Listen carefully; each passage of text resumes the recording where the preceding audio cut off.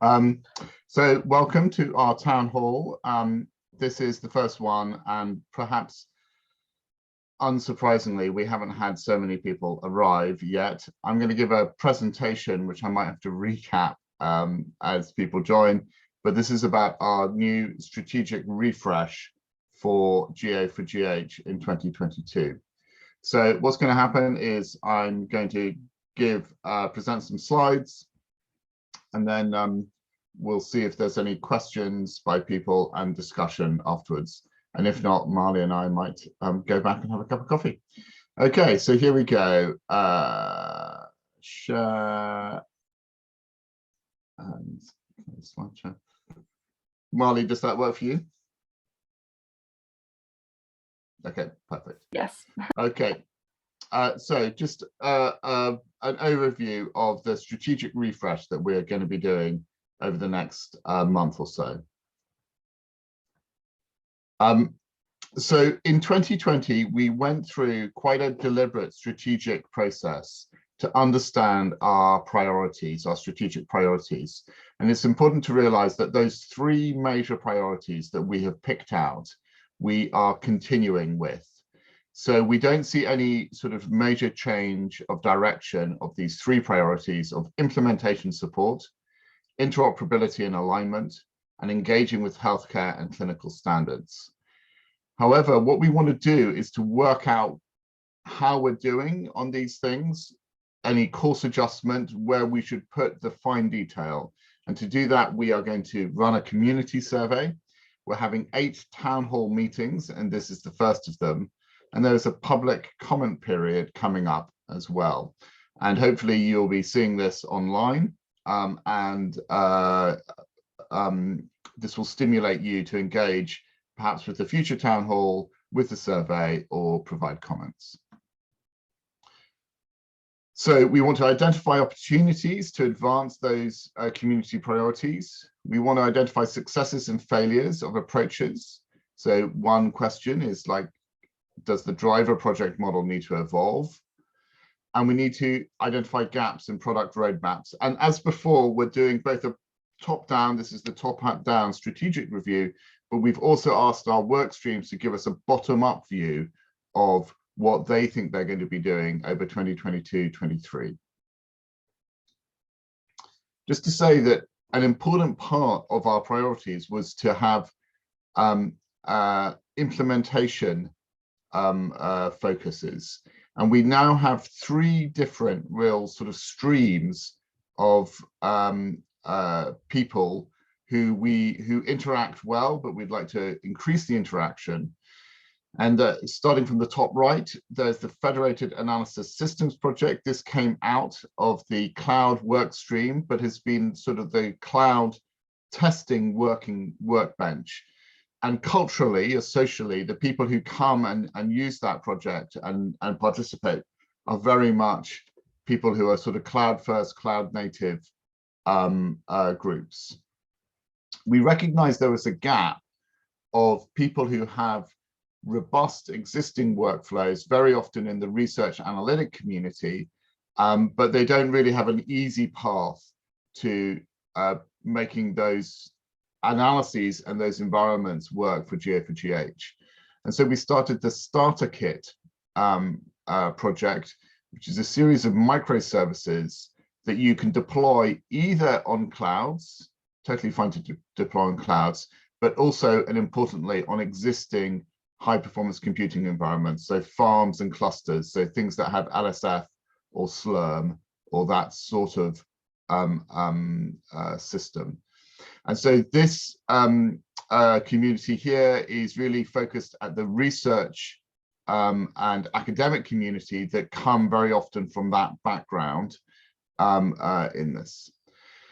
And then we have the GIF, the GA4GH Healthcare Implementation Forum, driver projects and other users, but in particular GIF, to reach out into big projects and into healthcare. And very often that community understands the importance of having responsible federated data sharing or federated data analysis in delivering what they want to achieve.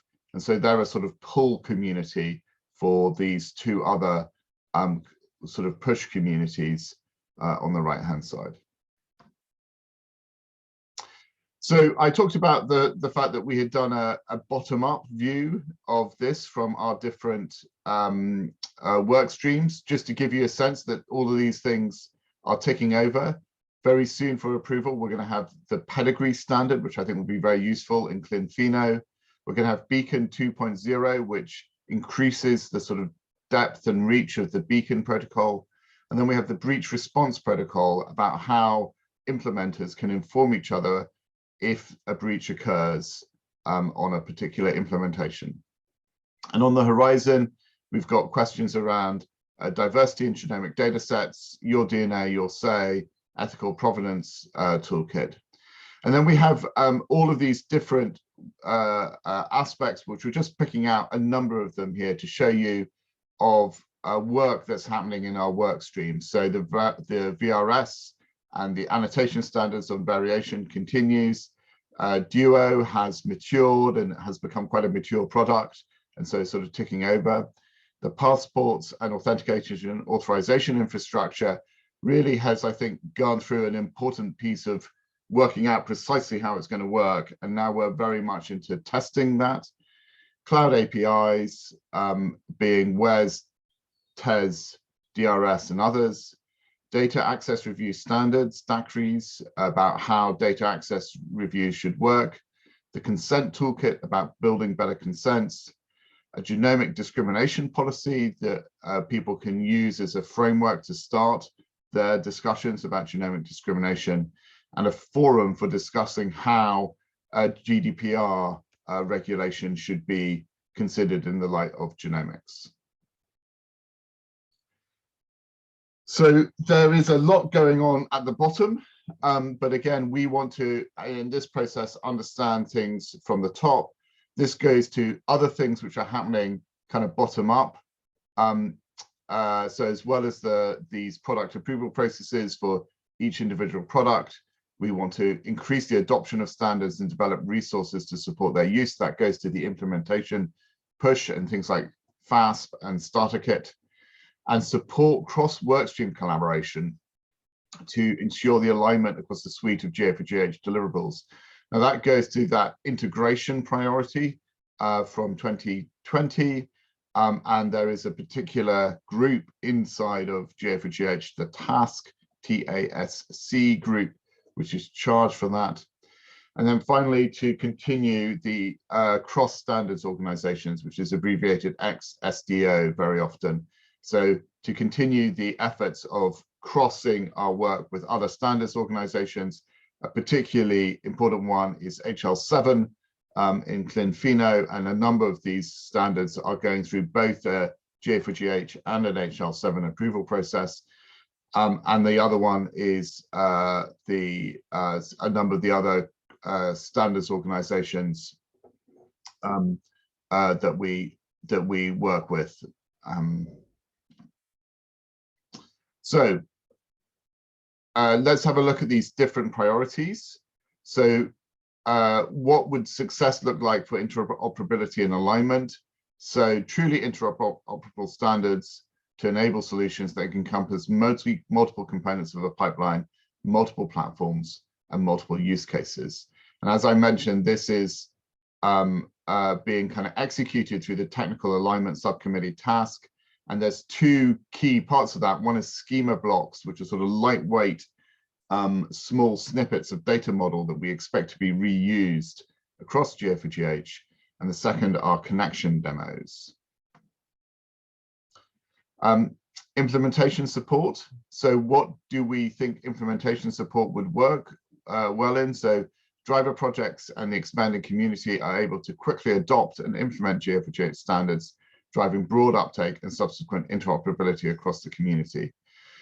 So there are reference implementations, and that goes to the starter kit with these microservices. There's documentation and on-ramps and getting started documentation. We have a GA4GH Planet API, so a collection of our APIs. And again, looking for online resources, in-person training, and live and recorded webinars, of which this is one. And then engaging with healthcare and clinical standards. So what does success look like here? The ability to efficiently, effectively respond to the needs of clinical stakeholders, developing standards that support the healthcare industry. So this is one of our major features of this is the Genomics in Health Implementation Forum, GIF, and that brings together people who implement parts of GA4GH inside of their healthcare systems or would like to implement them. The Cross Standards Development Organization, ex-SDO, and that's in particular, as I mentioned, with HL7, and develop a clinical advisory group as well.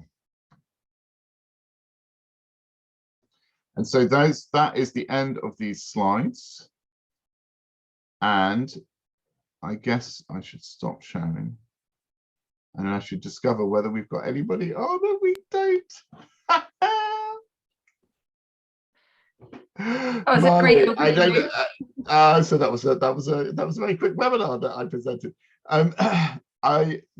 Let me for the end part of this just give my thoughts on some of these things, which are my own personal viewpoint on this, and some of the questions I'd like to get back from the community.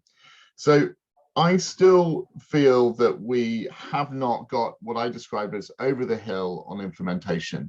What do I mean by that is we now have a set of standards which are sort of 1.0 or 1.1, 1.2 standards, that the people designing those standards and the implementations that they have used to show that the standard works, they work. They clearly work. They clearly work in the creator's hands and the work stream's hands. Otherwise, very practically, they wouldn't get through the product approval process. But also, that it's obvious from presentations that they work. But what we're not seeing are those being picked up and used. And I think there is a kind of barrier to entry here in a couple of ways. And it is a bit of a chicken and egg question. So for GA4GH to work, we need these two different sides. We need environments that support GA4GH systems, and those environments should sort of expose their environment as a series of GA4GH compliance services.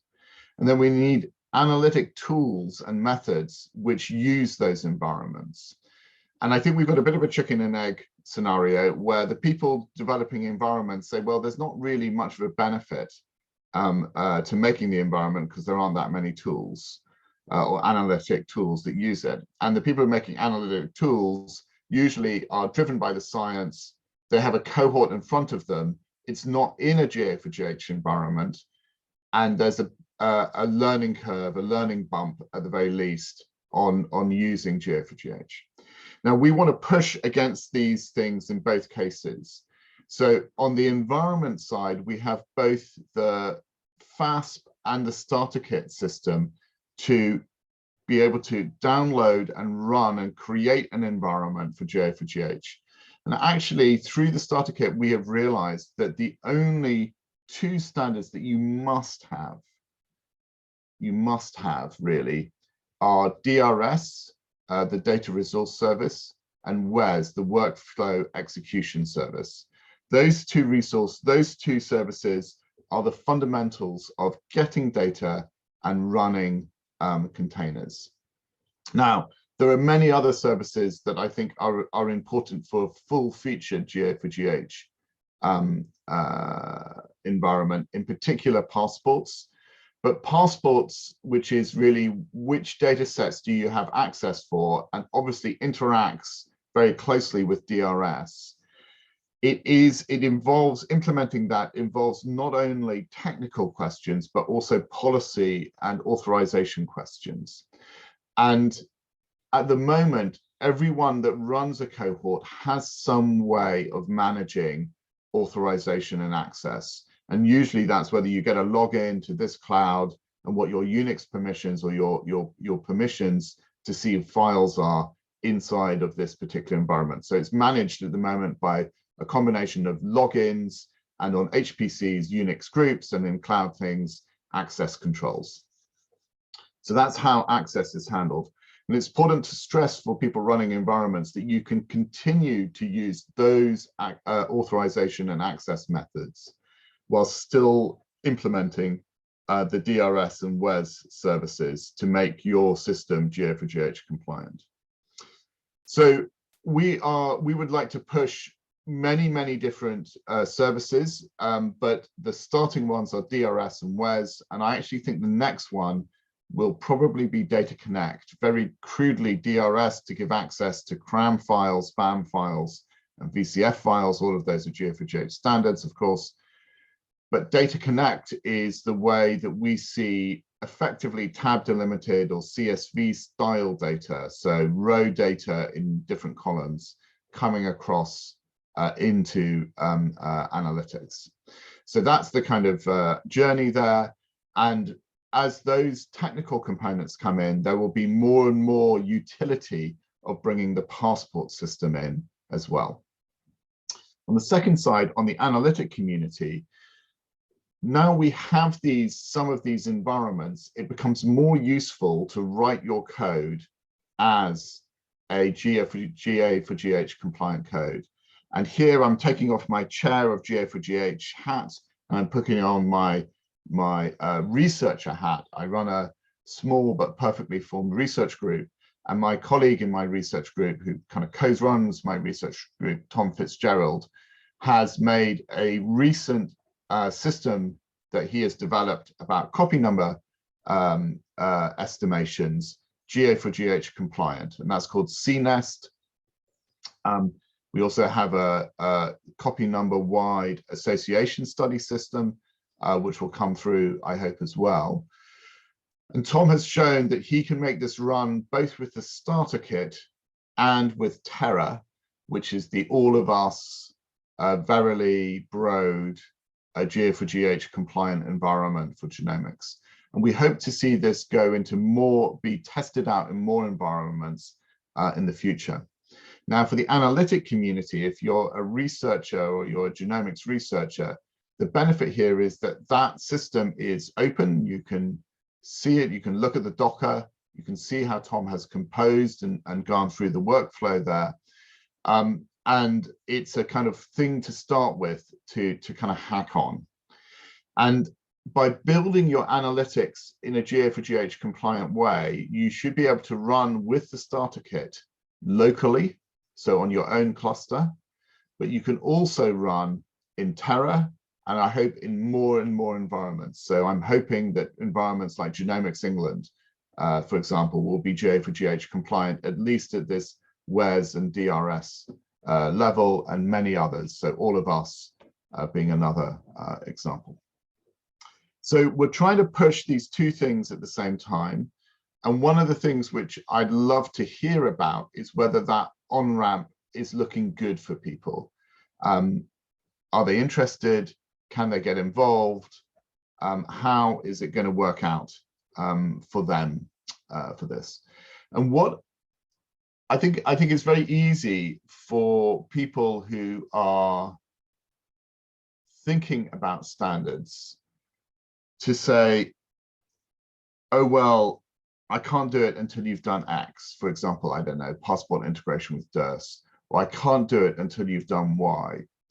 And I think that we want to hear that. We want to hear what your blockers are.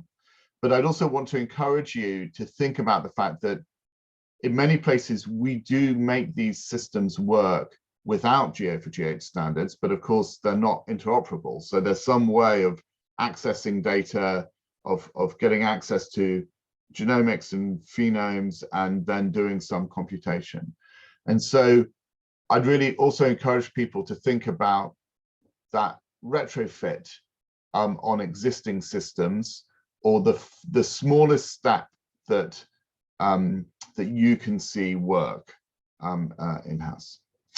So it's just me and Marley. What do you think, Marley? Anything else to discuss? Yeah, no, I would echo a lot of what you've just said, and also kind of bring that into as well the regulatory and ethics like space, and thinking about are those policies coming out useful to people? Are they, are they taken up? So kind of the same from the technical side, but bringing it onto the policy side of GA4GH as well, making sure that those are, doing the job that we're putting out. We're hoping that they do when we put them out. And I guess on the last point, I was just thinking about, engaging with healthcare and clinicians, how we can bring more people in and have more of those discussions. Because I know that we do a lot for the research community, and now it's kind of time to think about what we can do for the healthcare setting and clinicians as well. So those were my only thoughts while you were speaking, that we could get some feedback on how we could engage with that. That would be great. Yes, and I think it's interesting to also work out how we reach in and find the parts of the healthcare community that can think about implementing some of these things. And I think sometimes there's that challenge. I know in a UK context, there's a discussion of TREs, trusted research environments, being set up in many locations. In the German context, there is the GA4GH, German Health Genome or something, I don't know what the H is, alliance, which again is bringing together researchers and clinicians in many locations. And there's a similar business in Finland, spanning both the research community, which is the FinGen and Intervene project, and the clinic and thinking about the clinical loop community as well. And in many cases, there's a fundamental question, sort of, who has the data and who runs the service. And I think once systems have worked out who has the data and therefore who is running the services that will give responsible access for research, that's the point where we can, where the GA4GH standards can really connect to something, because although people want to, anybody who thinks about genomics, in particular rare disease, but also anywhere, immediately realizes that it is the right scope is global, and that we need standards that work globally for this. Marley, you made a good point about the regulatory and ethics components, and I think it's interesting for us to know, again, the barriers for people adopting it. Why, is it about not being translated? Is it about just it's too complicated? Is it because there isn't a key piece of documentation that helps people, helps other parts of the ethics and research community in a country get their head around the opportunities for GA4GH style, Sharon? Great. Well, I don't think there's much point in having too much conversation between you and I. No, but this was really useful, hearing your points of views and asking the community those things. So that's valuable, and thanks for coming along and sharing and kind of giving your opinion on those things as well. That's great. I feel that we should add another town hall at the end now and consider this to be the intro. All right. Well, so for the people who are watching this later on, I hope it's been useful. Yeah, and thank you, and have a nice day. Right. Bye. Bye.